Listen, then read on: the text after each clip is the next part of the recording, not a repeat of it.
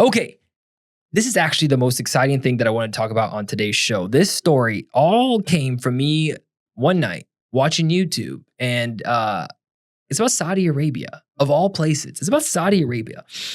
Saudi Arabia has a big bet that they're doing right now. They're in trouble. And let me explain why they're in trouble. Currently, oil is 40% of the GDP for Saudi Arabia. And they are seeing what happens in the future. And they're getting a little worried. They're saying, if energy changes, if electrical takes over, if hydrogen takes over, if nuclear takes over, and oil is not a necessity, our riches are gone. They see this problem coming. And so they have decided to do something very, very interesting.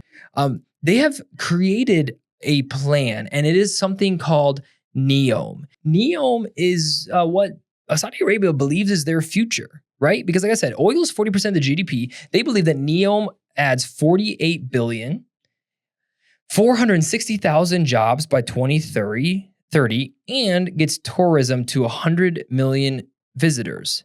So what is NEOM? It is an opportunity that they believe is going to get a lot of Westerners, Europe, everyone to Saudi Arabia. And they're doing that in a couple different ways. One is called The Line. And you can see here, the line is literally this massive 170 kilometer mirrored city that's 500 meters tall, 200 meters wide. And the goal is to have 9 million residents with zero carbon, high speed transit. It's literally a city through the middle of the desert.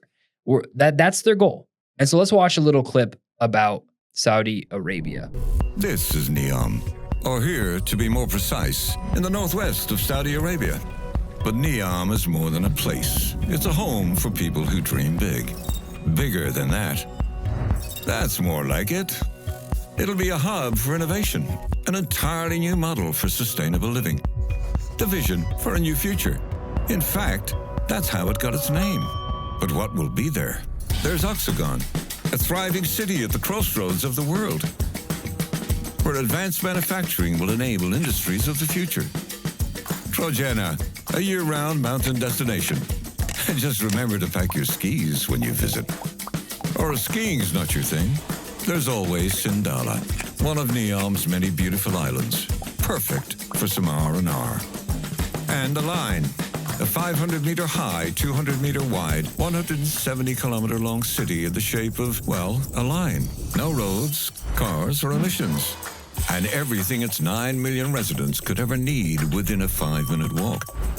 But best of all, the entire region will offer unparalleled access to nature and will be powered by clean energy.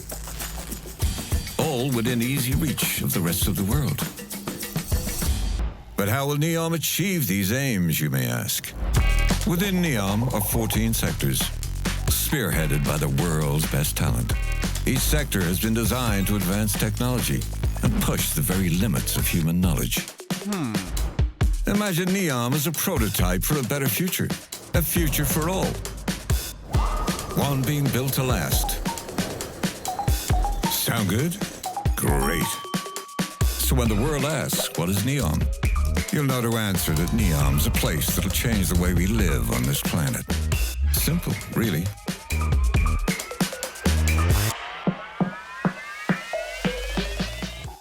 That's Saudi Arabia's big plan, NEOM. It's going to be a multi-city, multi-kind of location plan of some research, resorts, this multiple like vertical mirrored city going through the desert. It's like, what did I say earlier? 170 kilometer city. How much is this going to cost? That's a great question. About $2 trillion. What's the timeline for this project? That's a great question. They're hoping to get 5 kilometers of the city done, of the line done that they're creating by 2030, and hopefully have 300,000 residents. The goal is to have the full 170 kilometer city finished by 2045. So what about 20 years from now? NEOM, the Sindala, the Trojana, and the Oxygen, those are all the kind of like different sectors of it, of NEOM. They're going to Zendala's apparently done in 2025. Trina's done in 2026. And the last phases are going to be done until the 2030s. Again, they believe that the oil will peak forever in 2030.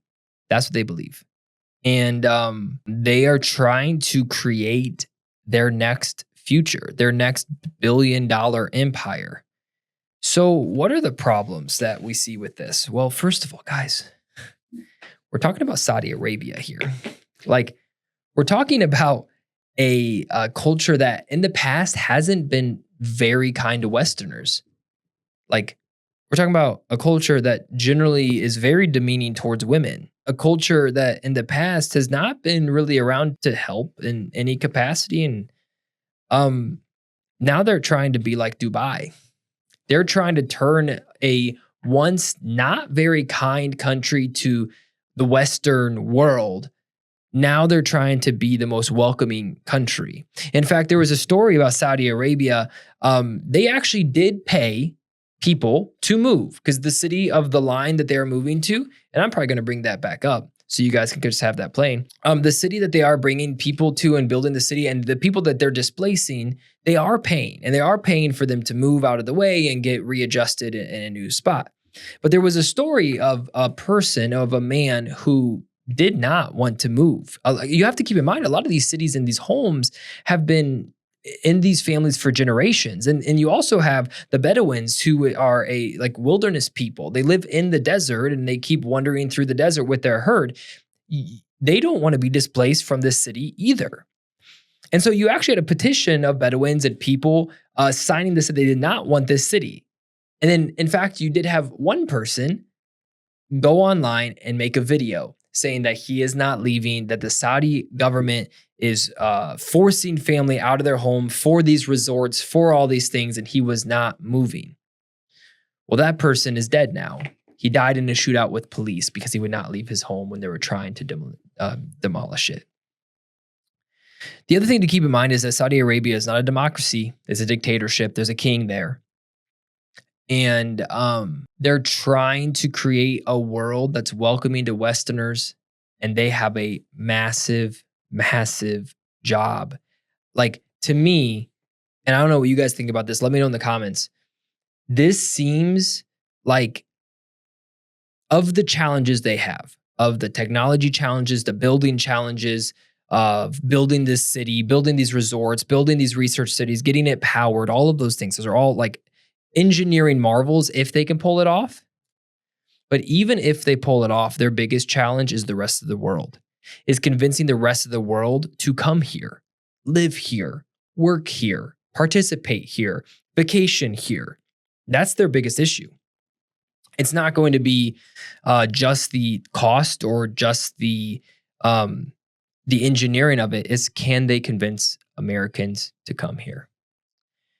That's the question. Let me know what you guys think in the comments below. Do you think this is a good plan for Saudi Arabia? Do you guys like the concept? Would you visit Saudi Arabia?